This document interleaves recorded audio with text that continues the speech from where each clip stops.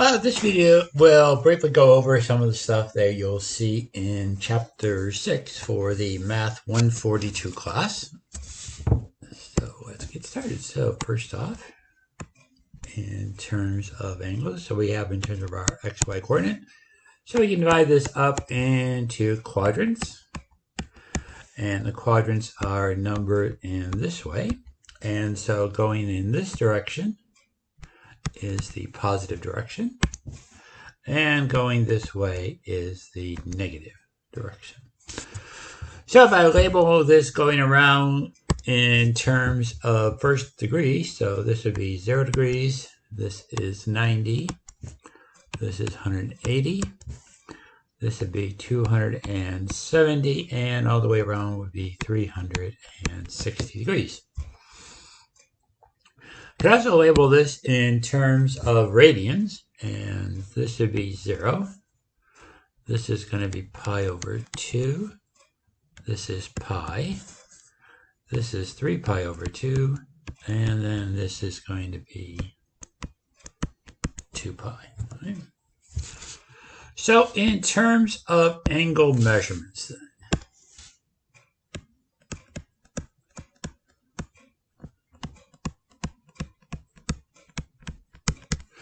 so let's first talk in terms of degrees.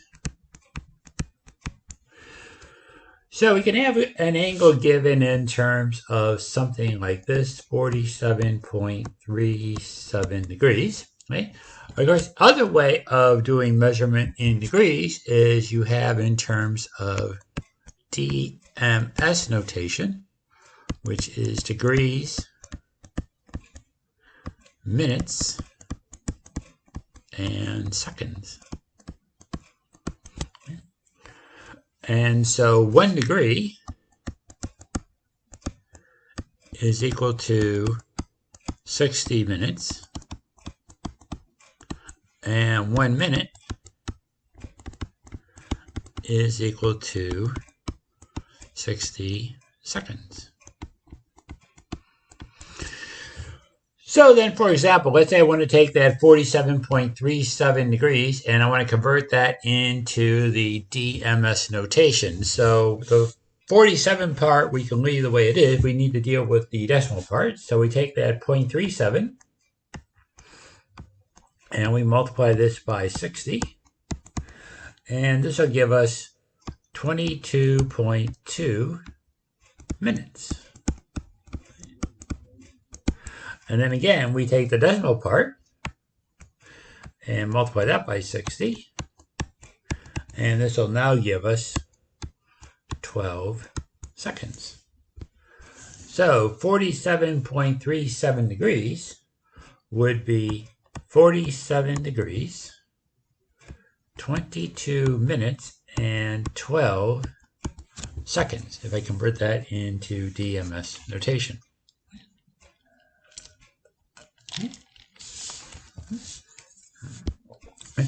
Now, the other thing, as I mentioned up in my chart, I did degrees and I also did radians. So how do I convert from one to the other? So degrees to radians. So up in my chart, I had that 180 degrees is equal to pi radians. So we're going to use that for our conversion factor. So for example, if I have 170 degrees and I want to know how many radians is that. So we get 170 over 180 is equal to x over pi. So we want to solve this for x, so matter of cross multiply and divide. So x is going to be 170 pi over 180. And this could be simplified to 17 pi over 18. And we leave it in that form unless, of course, they ask you to convert that into a decimal. Okay? And then we should also be able to convert going the other way. So now I want to go, so I want to know, okay, so 4 pi over 3 is equal to how many degrees? So now we're going to have 4 pi over 3 over pi is equal to x over 180. Right?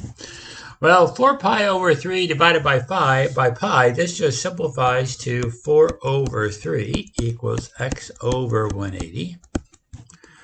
And so x is going to be 4 times 180 divided by 3. And this will give us 240 degrees. So we can convert between radians and degrees in DMS notation. Right? Well, in terms of a circle then, a few formulas dealing with that. And so we have in terms of arc length, and then we have in terms of sector. So let's draw a circle. So let's say here's my circle. Okay. And so we're going to have in terms of this being my R. So here's the R. Here's my angle theta. And then this part would be the arc length, which is going to be S. So the arc length is S is equal to R times theta. And theta, this number, has to be in radians. Right? And then the other thing we can do is we can think about, well, what is the area of that piece? And so we get area of a sector. So now I want to know, well, what's this area of this piece of the pie? Okay? And so area here, A, is equal to 1/2 R squared theta. And again, theta here also has to be in radians. So let's say given this. So given that R is equal to 5 meters and theta is equal to pi over 2.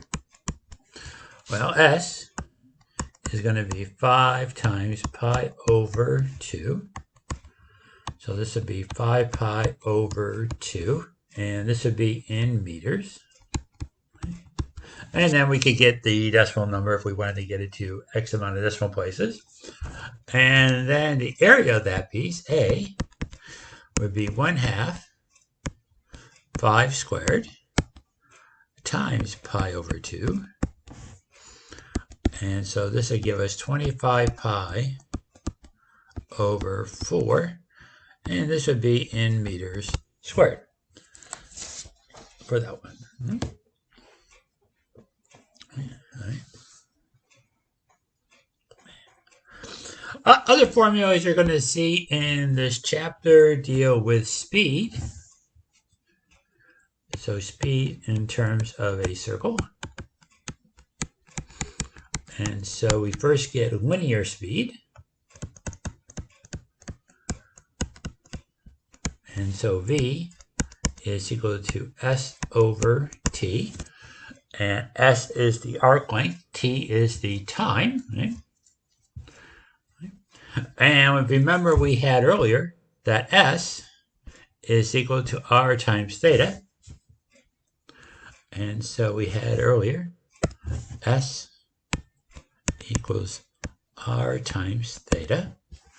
And so I could rewrite that V is going to be R times theta over T. So all I did was a little substitution. Right? So linear speed. Well, besides linear speed, we could also talk in terms of angular speed. So angular speed, so omega, is given by theta divided by T. So you think about in terms of degrees per minute, radians per second, depending whatever you're using for your angle measurement. So we get that. Right? Okay. And then let's go back to our linear speed equation. So let's look at this again. So linear speed. So we said that V is equal to R theta over T. Well, theta over T is angular velocity, so I can also rewrite linear speed in terms of that. Right? So different ways of writing. Right? And the other thing then in terms of this stuff is in terms of one revolution. So one time around. Well, one revolution is going to equal either 360 degrees or 2 pi radians, okay, which is one revolution.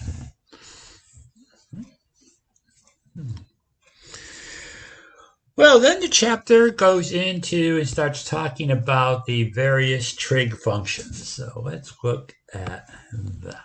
So the trig functions.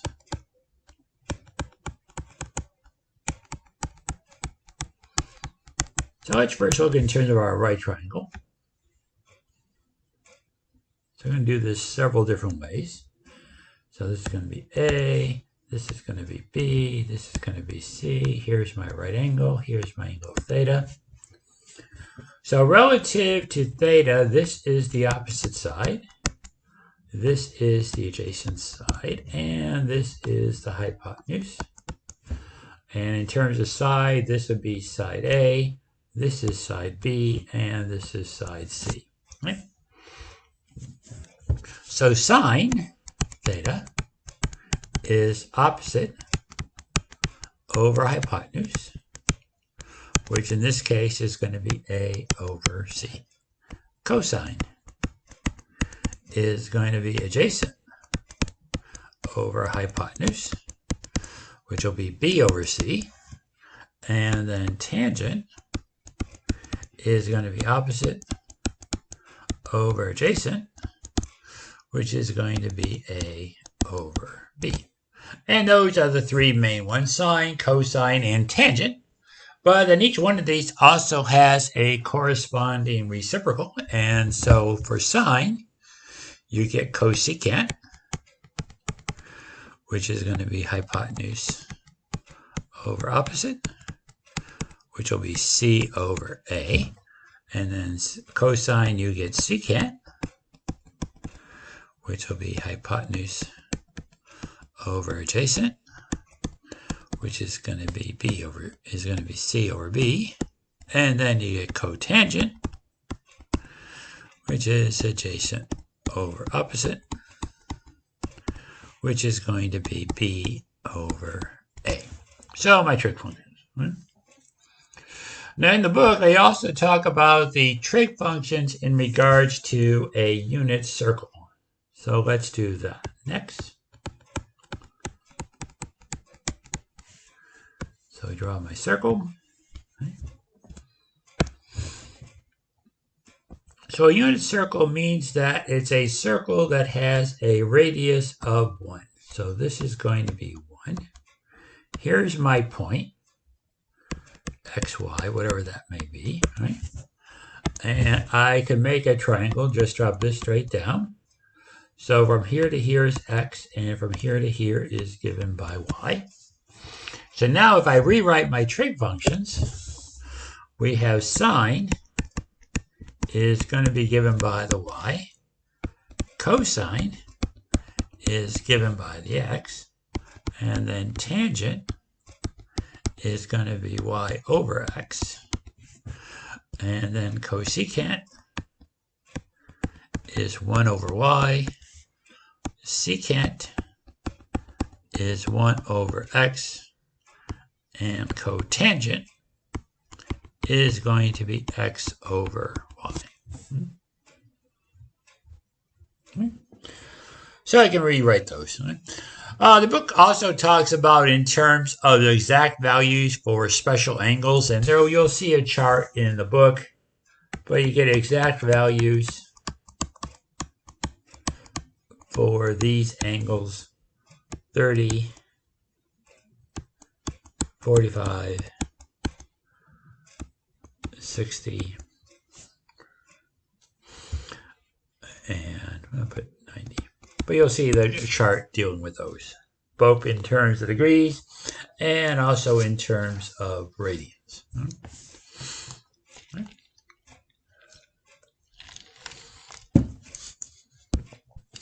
Now, in terms of my trig function, so let's go back to my quadrants here.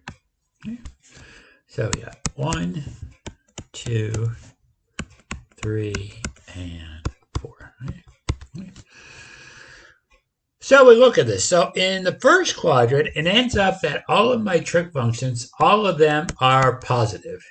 They all would have a positive answer. In the second quadrant, we would have that sine and cosecant are positive. In the third quadrant, this would be tangent and cotangent are positive. And then lastly, in the fourth quadrant, we would have cosine and secant are positive in that quadrant. Okay. And again, in terms of some of the relations, and so again, we said that cosecant is 1 over sine.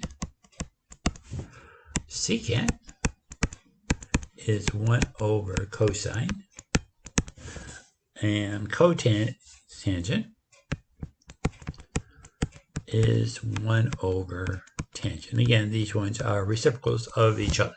Right? We also have the relationship that tangent is sine over cosine, and cotangent would then be cosine over sine. Other relations they talk about in here is a thing called the Pythagorean identities.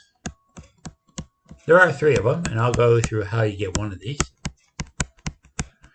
But if you go back to your Pythagorean theorem, a squared plus b squared equals c squared. Okay? And if I divide everything by c squared, okay, and so we have a squared over c squared plus b squared over c squared equals 1. Okay? But now if I go back to where I wrote down my trig functions here, we said that sine is a over c and cosine is b over c. Right? So we have that sine is equal to a over c and cosine is equal to b over c. So if sine is a over c, then a squared over c squared, well, that'll be sine squared. So this is going to be sine squared theta. And this ends up being cosine squared theta equals 1. Okay. And so that is the first of the 3 Pythagorean identities. Right? The way how you get the other 2 would be to start with the original, divide everything by a squared, and then divide everything by the b squared, and you get the set of 3. Right? But you get the identity. All right. So in terms of my trig functions, so we can look at the graphs of these, of the trig function. So let's first start with sine and cosine. So let me draw my unit circle again. Right. So we get our sort of a circle. Not very good, but it's a circle. So this is going to be the point 1, 0. This is going to be the point 0, 1. This would be the point negative 1, 0. And then this would be the point 0, negative 1. Right? So let's first graph my sine. Right?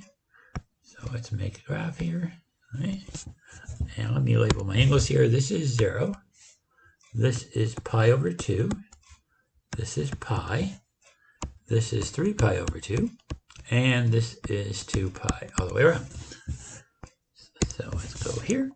So we're going to have pi over 2. We'll have pi, 3 pi over 2. And then we'll have 2 pi. And the biggest value it's going to take on is 1. The smallest value we can get is negative 1. So let's see what happens here. So at 0, my y value is 0. At pi over 2, the y value is 1. At pi, we're back to 0. 3 pi over 2, the y value is negative 1. And at 2 pi, we are back to 0.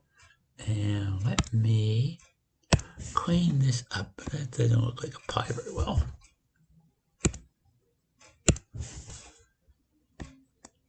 There we go. And then we just draw a curve and we'll connect our dots. So my sine wave is going to look something like that. Right? So we get our sine curve. Right? So this is going to be y equals sine x. Right? And then I can do the same thing in terms of my cosine graph. Right? So pi over 2, pi, 3 pi over 2, and then 2 pi. Right? And again, this will be 1 and negative 1. So now cosine is given by the x-coordinate. So we're going to start here at 1. Then we go to 0. Then we're at negative 1. Then we go back to 0. And then we go back up to 1. And so we get this curve for my cosine. And again, both of those curves will go on forever and ever in both directions.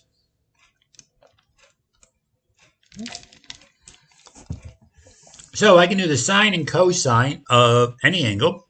Right? And so in terms of my domain, it's any possible number. And then the range, the answer I get out is going to be some number between 1 and negative 1. Right? Well, what about in terms of variation on my sine and my cosine graph? So we can have in terms of this y equals a. This is going to be either sine or cosine. Either one, it's going to be the same thing. And then omega x minus v plus beta. So the book likes to use these letters. I'd rather just do it in terms of a, b, c, and d. But it means the same thing. Y equals a sine cosine bx minus c plus d. Right? Instead of using their alphabet. So what did this tell you? Well, the amplitude. And so the amplitude is the height of the wave. The amplitude is given by the absolute value of a. The period is given by 2 pi over b. Right? And the period is how long does it take for the wave to repeat. And then the phase shift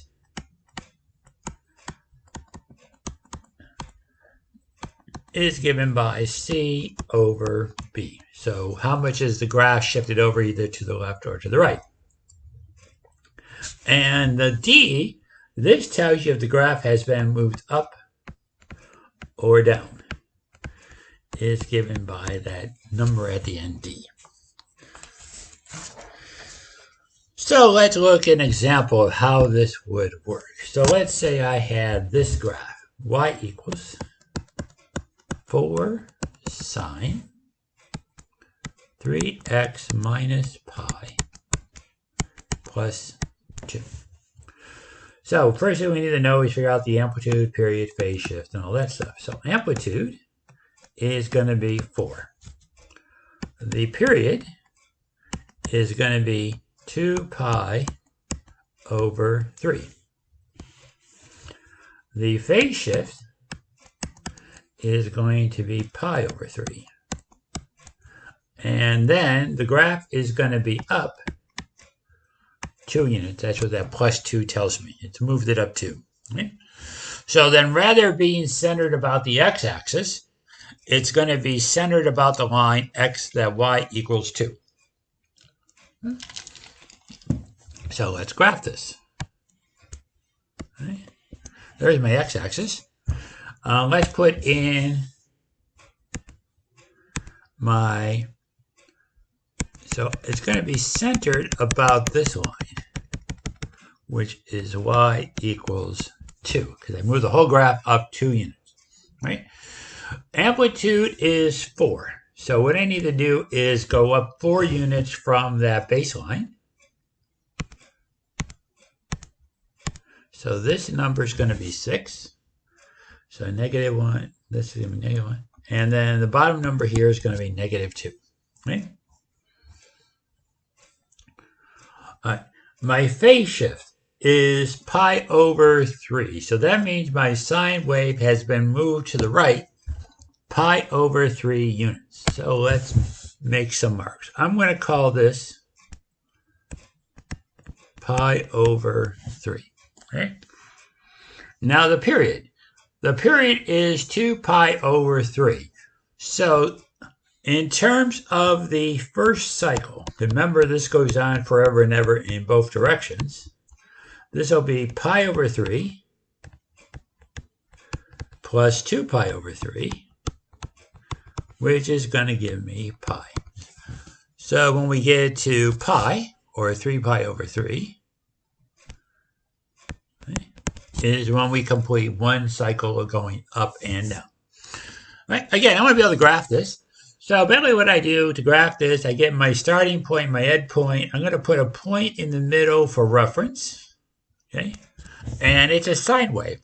And remember, my basic sine curve we said was the one that went like this, right? So I want to graph it.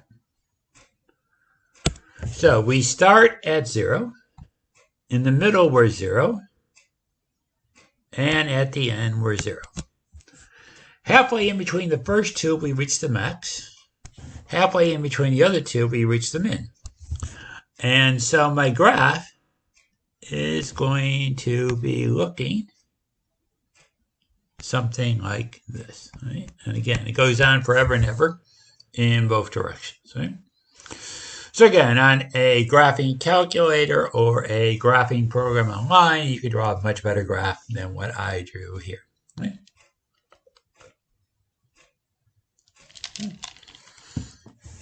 Right? All right. So let's look at another example then. So let's say I have this. Y equals -2 cosine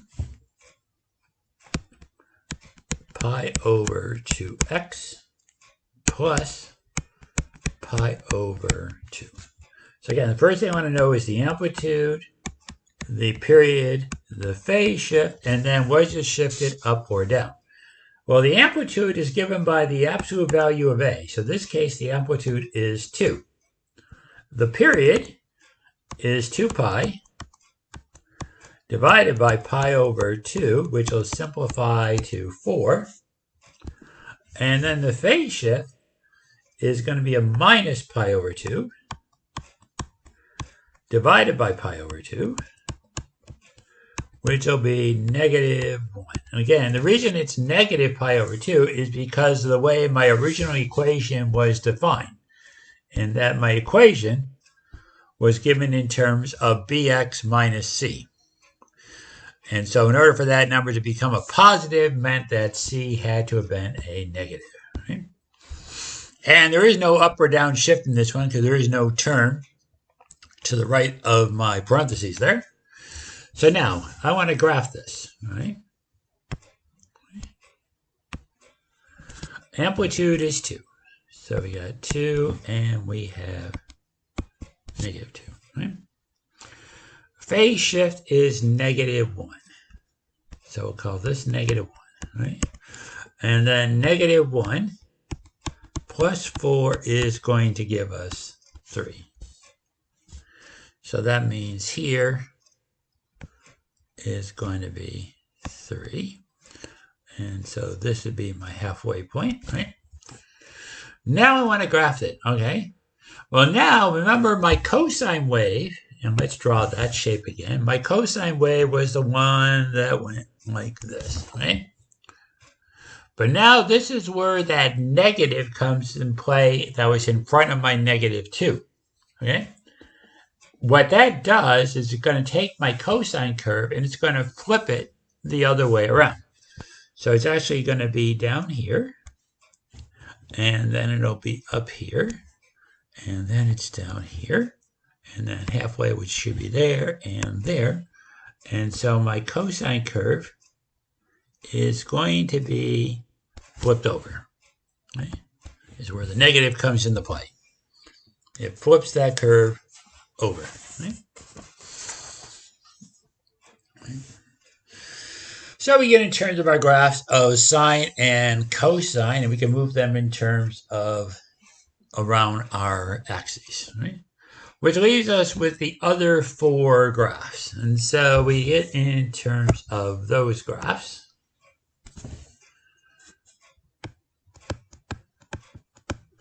So now we get in terms of cosecant, secant, tangent, and cotangent. Right? So let's say I want to know what is the graph of y equals cosecant x look like. Well, let's first remember that cosecant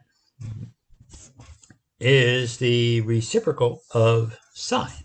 So the way I can look at this is say, okay, let's first graph my sine wave.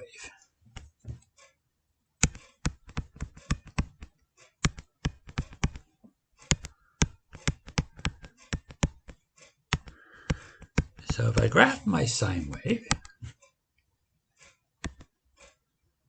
okay, and so let's do that in red. So my sine wave, we said here, goes here, here, down here, and here. Okay? So my sine wave looked like this, right? So this is y equals sine x. So my cosecant curve is going to be 1 over that.